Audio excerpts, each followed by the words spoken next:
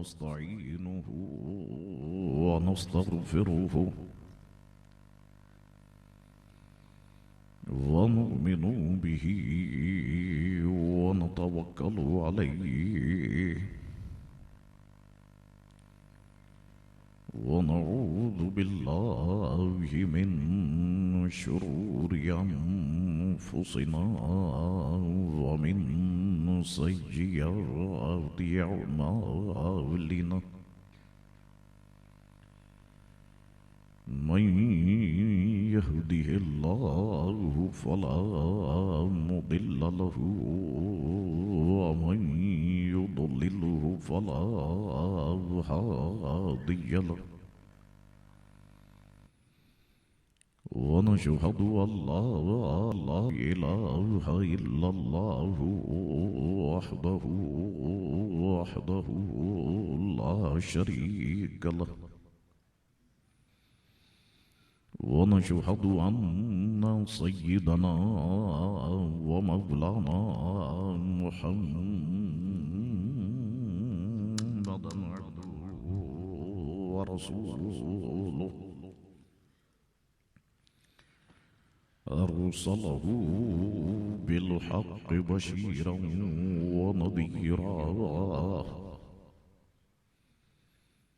أما بعد فأعوذ بالله من الشيطان الرجيم بسم الله الرحمن الرحيم لقد من الله على المؤمنين صدق الله مولانا العظيم وصدق رسوله النبي الكريم الأمين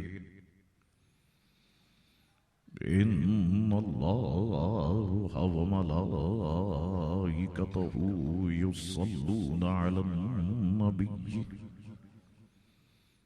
يا أيها الذين آمنوا صلوا عليه وسلموا تسليما اللهم صل على سيدنا ونبينا ومولانا محمد معدن الوجود والكرم وآله وبارك وسلم صلاة وسلاما عليك يا سيدي يا رسول اللہ. میرے ساتھ مل کے پڑھیں الصلاة والسلام عليك يا رسول اللہ وعلى آلك وصحابك يا حبيب اللہ. اللہ تبارک و تعالی کی حمد و ثنا اور دل کی گہرائیوں سے حضور رحمت عالم نور مجسم صلی اللہ تعالی علیہ وآلہ وسلم کی ذات اطہر پر دل کی گہرائیوں سے درود پاک پڑھ لینے کے بعد مقدوم و محترم لائق صد احترام حضرات علماء کرام مہمانان ذی وقار حاضرین مجلس السلام علیکم ورحمۃ اللہ وبرکاتہ. دعا ہے اللہ کریم سے کہ اللہ کریم ہم تمام مسلمانوں کے گناہوں کو معاف فرمائے اور ہم سب کو دین مبین کا نور کامل عطا فرمائے. سب سے پہلے تو میں مسجد کمیٹی کو دل کی گہرائیوں سے اس مبارک محفل کے انعقاد پر مبارکباد پیش کرتا ہوں. آپ تمام حضرات اپنا قیمتی وقت نکال کے یہاں تشریف لائے. اللہ تعالیٰ آپ کی ہم سب کی حاضری کو قبول و منظور فرمائے اور اس محفل کو ہماری نجات اخروی کا باعث بنائے. جو آیت مقدسہ میں نے خطبہ شریف کے بعد تلاوت کی ہے، جس حصے کو قرآن مجید و فرقان حمید کی بہت ہی مشہور و معروف آیت مقدسہ ہے۔ میں آسان ترجمے کے ساتھ پوری آیت مقدسہ پیش کرتا ہوں۔ گفتگو بہت طویل ہے، لیکن میں ایک حصے پر بس گفتگو کروں گا۔ فرمایا گیا لقد، البتہ تحقیق یا یقیناً، من اللہ، اللہ تبارک و تعالی نے احسان فرمایا یا اللہ کا احسان ہوا، علی المؤمنین، مسلمانوں پر۔ اب وہ احسان کیا ہوا اسے قرآن آگے بیان فرما رہا ہے۔ فرمایا اذ بعث فیہم رسولا من انفسہم، احسان یہ فرمایا کہ ان میں انہی میں سے ایک عظیم رسول کو مبعوث فرمایا۔ اب جس عظیم رسول کو مبعوث فرمایا ان کی خوبیاں کیا ہیں، اب قرآن اسے بیان فرما رہا ہے۔ فرمایا یتلو علیہم آیاتی، خوبی یہ ہے کہ یہ آیتیں بھی تلاوت کرتے ہیں، وَيُزَكِّيهِمْ، اور یہ لوگوں کو پاک بھی کرتے ہیں، وَيُعَلِّمُهُمُ الْكِتَابَ، اور یہ لوگوں کو کتاب کی تعلیم بھی دیتے ہیں، والحکمہ، اور یہ حکمت بھی سکھاتے ہیں، وَإِنْ كَانُوا مِنْ قَبْلُ لَفِي ضَلَالٍ مُبِينٍ، ان کی آمد سے پہلے لوگ کھلی گمراہی میں مبتلا تھے۔ بظاہر آپ دیکھیں چھوٹی سی آیت مقدسہ، کاپی پہ لکھیں تو ایک ہی سطر میں آ جائے، لیکن اس آیت مقدسہ میں اللہ تبارک و تعالی نے اپنے پیارے محبوب کی کئی نعتیں بیان فرما دی۔ ذرا سوچے تو صحیح کہ جب اس مختصر سی آیت مقدسہ میں پیارے مصطفیٰ کی کئی نعتیں موجود ہیں تو پورے قرآن مجید و فرقان حمید میں پیارے آقا کی کتنی نعتیں ہوں گی۔ اس لیے میں کہتا ہوں کہ قرآن مجید و فرقان حمید کو جب بھی کوئی عشق رسول اور محبت رسول کی نظروں سے پڑھے گا، اسے پورا کا پورا قرآن شروع سے لے کر آخر تک پیارے مصطفیٰ کی نعتوں کا حسین گلدستہ دکھائی دے گا۔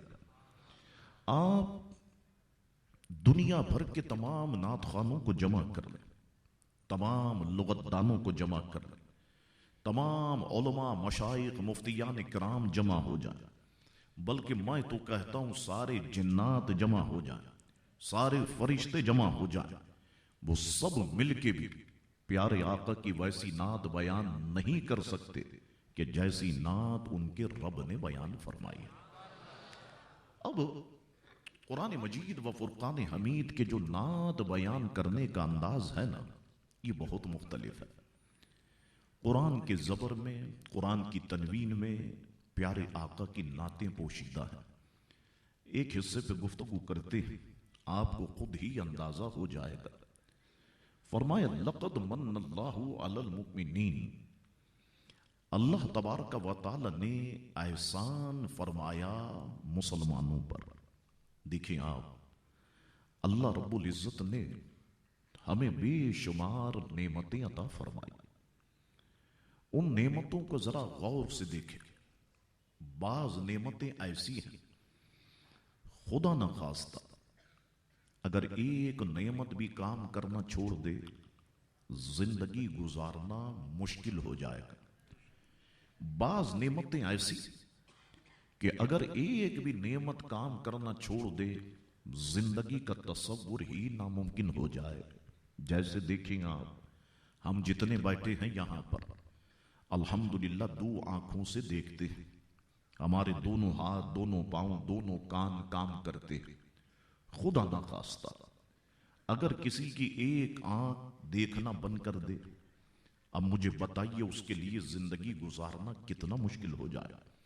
کسی کا ایک ہاتھ، ایک پاؤں کام کرنا چھوڑ دے، زندگی گزارنا اس کے لیے کتنا مشکل ہو جائے گا۔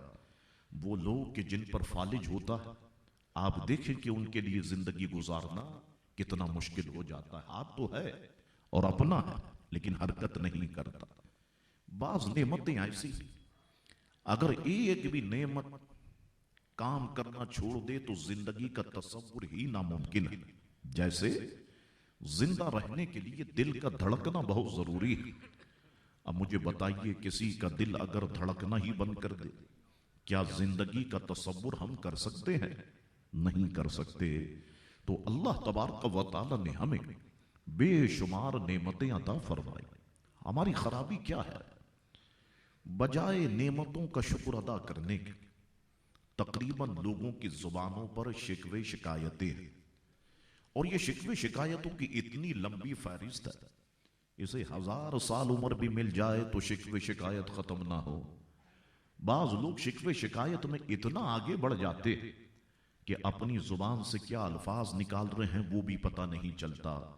اللہ تعالیٰ نے فلانے کو اتنا خوبصورت بنایا، مجھ سے کیا غلطی ہو گئی تھی کہ اللہ نے مجھے خوبصورت نہیں بنایا. فلاں کو اللہ تعالیٰ نے مال و زر سے نواز دیا، مجھ سے کیا غلطی ہو گئی تھی کہ اللہ نے مال و زر نہیں دیا. فلاں کو دیکھو تو سگنیچر تک کرنا نہیں آتی، اسے سونے چاندی کے خزانے دے دیے، اور میں اتنا پڑھا لکھا اللہ تعالیٰ نے مجھے کیا دیا. معاذ اللہ ثم معاذ اللہ. یاد رکھو مسلمانوں، اللہ تبارک و تعالیٰ نے ہمیں جیسا بنایا، جس حال میں رکھا، ہمیں اللہ تبارک و تعالیٰ کا شکر ادا کرنا چاہیے. بالفرض کسی شخص کو اللہ تعالیٰ نے نہ رہنے کے لیے مکان دیا، نہ اس کے پاس سواری کے لیے سائیکل ہے، اور لباس بھی اس کے پاس 1-2 ہے.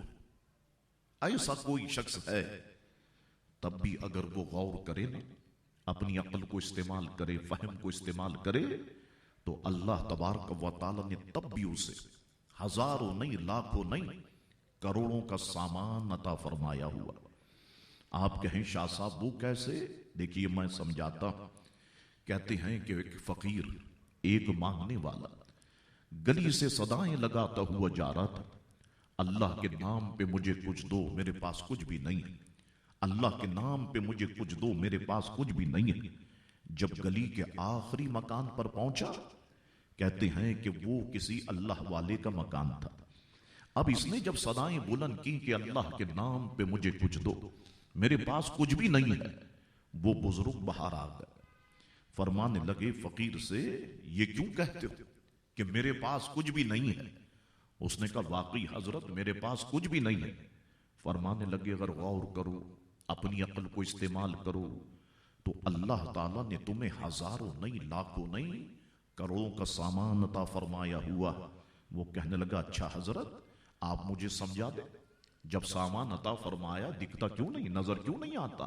آپ مجھے سمجھا دیں، میں آپ سے وعدہ کرتا ہوں کہ میں آج ہی سے کیا، ابھی سے بھیک مانگنا چھوڑ دوں گا. وہ کہتے ہیں کہ بڑے کی بات ہمیشہ بڑی ہوتی ہے.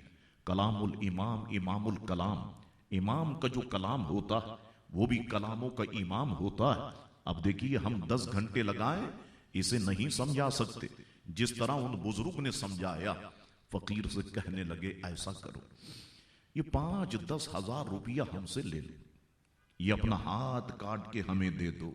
فقیر کہنے لگا حضرت آپ 5-10 لاکھ بھی دیں میں آپ کو ہاتھ کاٹ کے نہیں دے سکتا. فرمایا 20-25 ہزار روپے میں سودا کر لو نا پاؤں کا، کاٹ کے ہمیں دے دو. یہ کہنے لگا 20-25 ہزار 70-80 لاکھ بھی دیں تو میں آپ کو پاؤں کاٹ کے نہیں دے سکتا. فرمایا 40-50 ہزار روپے میں سودا کر لو آنکھ کا، لے لو ہم سے. کہا آپ 40-50 کروڑ بھی دینا، میں آپ کو آنکھ نکال کے نہیں دے سکتا. اب وہ اللہ کے ولی مسکرائے اور مسکرا کے فرمانے لگے نادان غور تو کر، یہ ہزاروں نہیں، لاکھوں نہیں، کروڑوں کا سامان تو اللہ نے صرف تیرے اوپر کے جسم پہ لگایا ہوا. اللہ تعالیٰ نے اندر کتنے خربوں کا مال رکھا. کیا تو نے کبھی اللہ کی نعمتوں کا شکریہ ادا کیا؟ مولانا روم سے کسی نے پوچھا حضرت کیا حال ہے؟ فرمانے لگے اللہ کی نعمت کھاتے کھاتے دانت گر گئے، لیکن زبان ہے کہ اللہ کی نعمت کا شکر ادا نہیں کر پا رہی. یاد رکھو مسلمانوں، اللہ تعالیٰ نے جس کو جس حال میں رکھا، جیسا بنایا، یہ اللہ تبارک و تعالی کی حکمت ہے۔ واپس آئیے، اللہ تبارک و تعالی نے ہمیں بے شمار نعمتیں عطا فرمائی۔ میں گنانے لگ جاؤں تو آپ دیکھیں، بغیر ستونوں کے قائم یہ نیلا آسمان عطا فرمایا۔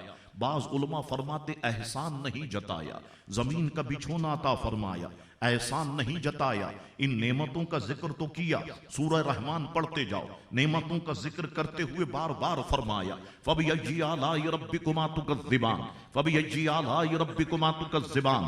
تم اپنے پروردگار کی کون کون سی نعمتوں کو جھٹلاؤ، کس کس نعمت کا انکار کرو گے؟ بغیر ستونوں کے قائم نیلا آسمان دیا، احسان نہیں جتایا۔ زمین کا بچھونا دیا، احسان نہیں جتایا۔ چمکتا ہوا سورج دیا، احسان نہیں جتایا۔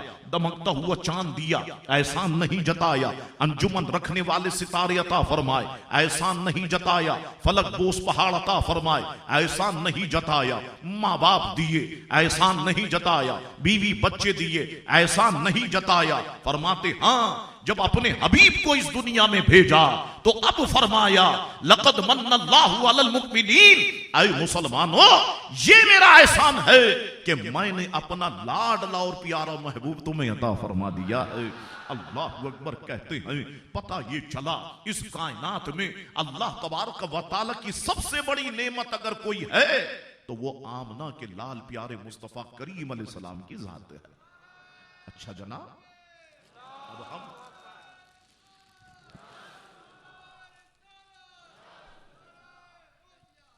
اچھا جناب اب ہم سارے علماء کہتے ہیں، ساری عوام کہتی ہے، سارے مسلمان کہتے ہیں کہ حضور علیہ السلام اللہ کی سب سے بڑی نعمت ہے۔ کوئی دنیا میں آپ سے یہ سوال کر لے، کوئی پوچھ لے آپ سے کہ حضور علیہ السلام اللہ تعالیٰ کی سب سے بڑی نعمت کیسے؟ ذرا ایک دو وجوہات تو بتا دو تاکہ ہمیں پتا چل جائے کہ حضور علیہ السلام اللہ کی سب سے بڑی نعمت ہے۔ یاد رکھو میں دو تین وجوہات آپ کے سامنے رکھتا۔ دیکھیے آپ، دنیا محبت کا قاعدہ یہ ہے کہ ہر چیز دی جا سکتی ہے، توجہ رکھنا، لیکن محبوب کسی کو نہیں دیا جاتا۔ کوئی آپ کا دوست آپ سے انگوٹھی مانگ لے آپ دے دیں گے، گھڑی مانگ لے آپ دے دیں گے، پین مانگ لے آپ دے دیں گے، اینک مانگ لے آپ دے دیں گے، لیکن آپ سے آپ کا محبوب مانگے آپ نہیں دیں گے۔ حضور علیہ السلام اللہ کی سب سے بڑی نعمت ہے۔ اس کی پہلی وجہ یہ ہے کہ اللہ تعالیٰ نے اپنا محبوب ہمیں عطا فرمایا۔ محبوب کسی کو دیا نہیں جاتا، اللہ نے اپنا محبوب ہمیں عطا فرمایا، ایک بات۔ دوسری بات یہ ہے کہ دنیا اور دنیا کی ساری نعمتیں اس وقت تک ہمارے لیے نعمت ہیں جب تک کہ ہم زندہ ہیں۔ یہ چاند اس وقت تک فائدہ دیتا رہے گا جب تک کہ ہم زندہ، یہ سورج اس وقت تک فائدہ دیتا رہے گا جب تک کہ ہم زندہ، یہ ستارے، دوست، بیوی بچے، ماں باپ، بہن بھائی، پانی، سمندر، دریا اس وقت تک فائدہ دیتے رہیں گے جب تک کہ ہم زندہ ہیں۔ لیکن جیسے ہی روح بدن سے نکلے گی، اب مجھے بابا سے بلند بتانا، کیا قبر میں چاند ساتھ دے گا؟ سورج ساتھ دے گا؟ ستارے ساتھ دیں گے؟ دوست ساتھ دیں گے؟ بہن بھائی ساتھ دیں گے؟ ماں باپ ساتھ دیں گے؟ نہیں دیں گے۔ حضور علیہ السلام اللہ کی سب سے بڑی نعمت۔ اس کی دوسری وجہ یہ ہے، اس دنیا میں نزا کے وقت، قبر کے اندھیروں میں، میدان قیامت، پل صراط کے قریب، میزان عدل پر، چشمہ کوثر پر، یہاں سے لے کر وہاں تک اگر کوئی ذات کام آنے والی ہے تو وہ آمنہ کے لال پیارے مصطفیٰ کی ذات ہے۔ حضرت انس رضی اللہ تعالیٰ عنہ ایک مرتبہ عرض کرتے ہیں، حدیث کا جو حصہ ہے وہ میں آپ کو سناتا ہوں اور آگے جو میرا دل سوچتا ہے وہ بھی میں آپ کو سناتا ہوں۔ دیکھیے آپ، حضرت انس رضی اللہ تعالیٰ عنہ عرض کرتے ہیں، میرے آقا روز قیامت ہوگا، نفسی نفسی کا عالم ہوگا، یہ بتائیے میرے آقا میں آپ کو کہاں تلاش کروں؟ آپ کے پتے کیا ہیں؟ حضور علیہ السلام نے فرمایا، انس سب سے پہلے تم مجھے میزان عدل پہ دیکھنا، اس ترازو کے پاس دیکھنا جہاں گناہوں اور نیکیوں کو تولا جا رہا ہوگا۔ عرض کرتے ہیں میرے آقا اگر میں آپ کو وہاں نہ پاؤں تو؟ فرمایا پھر تم پل صراط کے قریب دیکھ لینا۔ عرض کی میرے آقا اگر وہاں بھی نہ پاؤں تو؟ فرمایا پھر تم مجھے چشمہ کوثر پہ دیکھ لینا۔ یہ حدیث شریف کے الفاظ اور گفتگو یہاں پر ختم ہے۔ میں سوچتا ہوں کبھی حضرت انس گویا عرض کرتے ہیں یا رسول اللہ صلی اللہ علیہ وسلم یہ فرمائیے آپ میزان عدل پہ کیا کرتے ہوں گے، ترازو کے پاس کیا کرتے ہوں گے؟ گویا میرے آقا نے فرمایا انس وہ میری امت کی نیکیوں اور گناہوں کو تولا جا رہا ہوگا نا، اگر نیکیوں والا پلڑا ہلکا ہوگا میں مصطفیٰ نظر رحمت ڈالتا جاؤں گا، پلڑے کو وزنی بناتا جاؤں گا۔ گویا حضرت انس عرض کرتے ہیں میرے آقا یہ تو فرمائیے آپ پل صراط کے قریب کیا کرتے ہوں گے؟